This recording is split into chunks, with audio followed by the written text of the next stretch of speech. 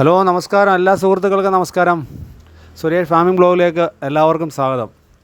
അപ്പോൾ ഫാമിൽ പുൽകൃഷി ചെയ്യാനുള്ള പരിപാടിയാണ്.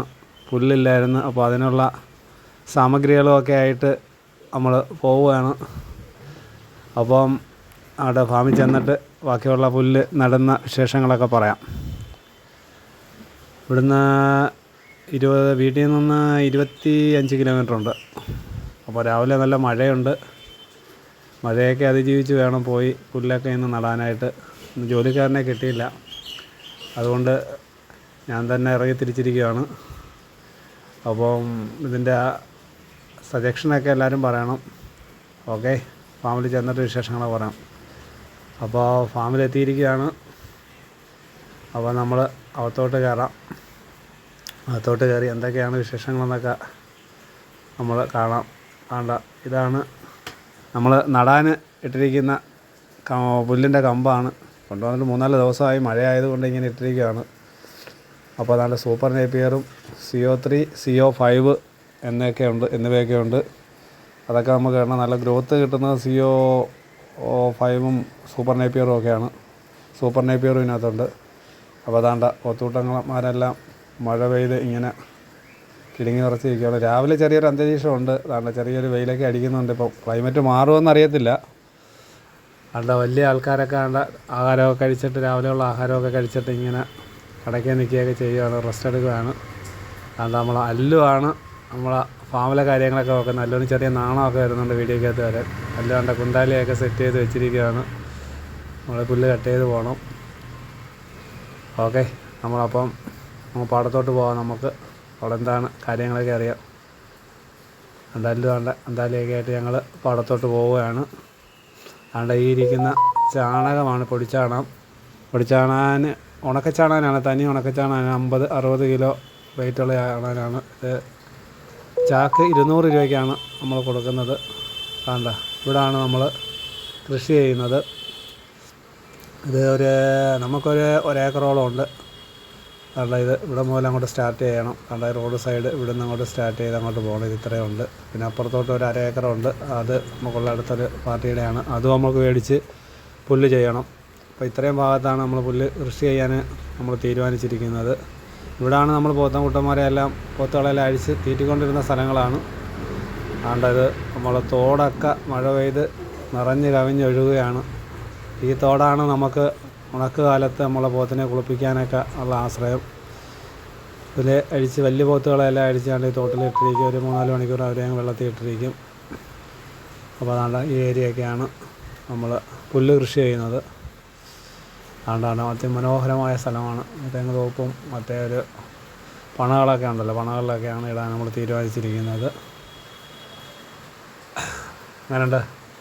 എല്ലാവരും ഏരിയയൊക്കെ നമ്മളെ ഏരിയയൊക്കെ എങ്ങനെ ഉണ്ടെന്നൊക്കെ എല്ലാവരും കമൻറ്റ് ചെയ്യണം. അപ്പോൾ നമ്മൾ സ്റ്റാർട്ട് ചെയ്യുകയാണ്. അപ്പോൾ ആദ്യത്തെ കുഴി എടുക്കുവാണ്. സ്റ്റാർട്ടിങ് ടൈമിലാണ്. നല്ല വേരുണ്ട് കേട്ടോ, തെങ്ങിൻ്റെ നല്ല വേരുണ്ട്. വേരൊക്കെ തെങ്ങിൻ്റെ ചുവടും ഒക്കെ അങ്ങ് ഇടുവാണ്. നമ്മൾ സ്ഥലം നമുക്ക് മാക്സിമം നമ്മൾ കവർ ചെയ്യുക എന്നുള്ളതാണ് നമ്മുടെ ഉദ്ദേശം. അല്ലാതെ നമ്മളെല്ലാം നിരപ്പുള്ള സ്ഥലങ്ങളിലൊക്കെ ഇട്ട് കഴിഞ്ഞാൽ നമുക്ക് അത്ര ഈൽഡ് കുറയും. അതുകൊണ്ടാണ് നമ്മൾ മാക്സിമം പുല്ലാണ് നമ്മളെ ഫാമിലേക്ക് ആവശ്യമായ പുല്ലുകളാണ് നമുക്ക് മാക്സിമം ശേഖരിക്കാനുള്ളൊരു പരിപാടിയാണ്.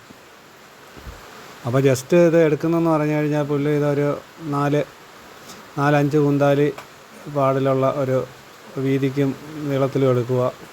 താഴ്ച ഒരു 1/4 കുന്താലി പാട് മതി. വീതി ശകലം വേണം. ഒരു 2-3 കമ്പൊക്കെയാണ് നമ്മൾ വെക്കുന്നത്. അതനുസരിച്ച് നമ്മൾ എടുത്തിട്ട് കഴിഞ്ഞ് ഒരു 3 കമ്പൊക്കെയാണ് നമ്മൾ ഇതിനകത്ത് വെക്കുന്നത്. അപ്പോൾ ഇതിനകത്ത് ഒരു കമ്പ് അഥവാ പോയാലും മഴയൊക്കെ അല്ലേ, ഒരു കമ്പ് അഥവാ എന്തെങ്കിലും ഡാമേജ് വന്ന് പോയാൽ അടുത്ത ഒരു കമ്പെങ്കിലും നമുക്ക് കിട്ടുമല്ലോ, 1-2 പോലെ. അവനെ 2-3 കമ്പൊക്കെ നമ്മൾ ഒരുമിച്ച് നമ്മളങ്ങ് വെക്കുവാണ്. ഇത് കിട്ടിക്കഴിഞ്ഞാൽ നമ്മളെ ഭാഗ്യമാണ്. ഇപ്പോൾ കുഴികളെല്ലാം എടുത്ത് എല്ലാം സെറ്റ് ചെയ്ത് കുറച്ച് കമ്പുകളെല്ലാം ഞാൻ വെച്ച് കഴിഞ്ഞ്. അപ്പോൾ ഞാനിതിപ്പം നിങ്ങളെ കമ്പ് എങ്ങനെ നടുന്നതെന്ന് ഉള്ള കാര്യങ്ങളാണ് ഇനി നമ്മൾ പറയാൻ പോകുന്നത്. നമ്മൾ ഇത്രയും ഏരിയയാണ്. ഇവിടെയൊക്കെയാണ് നേരത്തെ നമ്മൾ കന്നാലികളെ കെട്ടിക്കൊണ്ടിരുന്ന സ്ഥലങ്ങളാണ്. കുളിപ്പിക്കാനൊക്കെ ആശ്രയിച്ചിരുന്ന സ്ഥലങ്ങളാണ്. അവിടെ എല്ലാം നമ്മളങ്ങ് പുല്ല് വെക്കുകയാണ്. പുല്ലൊക്കെ കമ്പ് വെട്ടി വെച്ചിരിക്കുകയാണ്. ഇത് വെട്ടി ഒരു 4 കമ്പാണ് നമ്മൾ എടുത്തേക്കുന്നത്. ഇതിനകത്ത് ഒരു 4 അതായത് 4 സ്റ്റെപ്പ് എന്ന് പറഞ്ഞാൽ കമ്പിനകത്ത് 3 സ്റ്റെപ്പ് 4 സ്റ്റെപ്പ് 2 സ്റ്റെപ്പ് മതി, ഒരു 3 സ്റ്റെപ്പ് 4 സ്റ്റെപ്പൊക്കെ ഞാൻ എടുത്തിട്ടുണ്ട് ചിലതിനകത്തൊക്കെ. അപ്പോൾ ഇത് മേലോട്ട് മുള വരുന്ന ആ ഭാഗത്താണ് നമ്മൾ മേലോട്ട് ഊന്നി വെക്കണം. അതായത് ഇത് മേലോട്ട് ഇങ്ങനെ മുള വരുന്ന ഭാഗത്താണ് വെക്കുന്നത്. അപ്പോൾ ഇതിനകത്ത് ഒരു മുള അങ്ങനെ 1-2 മുള പോയാലും അടുത്ത മുള നമുക്ക് കിട്ടാൻ വേണ്ടിയാണ് വെക്കുന്നത്. അപ്പോൾ അതാണ്ട് ഈ ഭാഗത്തൊക്കെ നമ്മൾ ഓൾറെഡി വെച്ച് കഴിഞ്ഞ് വേണ്ട ഇങ്ങനെ ഇതങ്ങോട്ട് നമ്മൾ വെക്കുക. വണ്ടി കുഴിയൊക്കെ എടുത്തിട്ടിരിക്കുകയാണ്, എല്ലാം സെറ്റ് ചെയ്ത് നമ്മൾ ഇട്ടിരിക്കുകയാണ്. കുഴികളെല്ലാം നമ്മൾ സെറ്റ് ചെയ്തെല്ലാം റെഡിയാക്കി വെച്ചിരിക്കുകയാണ്. അപ്പോൾ അതാണ്ട് ഇത് ചരിച്ച് അങ്ങോട്ട് ഇടാം, ചരിച്ച് വെക്കണം. ഇത് ചരിച്ച് അങ്ങനെ മേലോട്ട് മുള പോകുന്ന രീതിയിൽ ചരിച്ച് വെച്ചിട്ട് നിരത്തി ഒരു 4 കമ്പം കൊണ്ട് ചരിച്ച് അങ്ങോട്ട് ചരിച്ചല്ല കറക്റ്റായിട്ട് അങ്ങോട്ട് ചരിച്ച് അങ്ങോട്ട് വെക്കുക.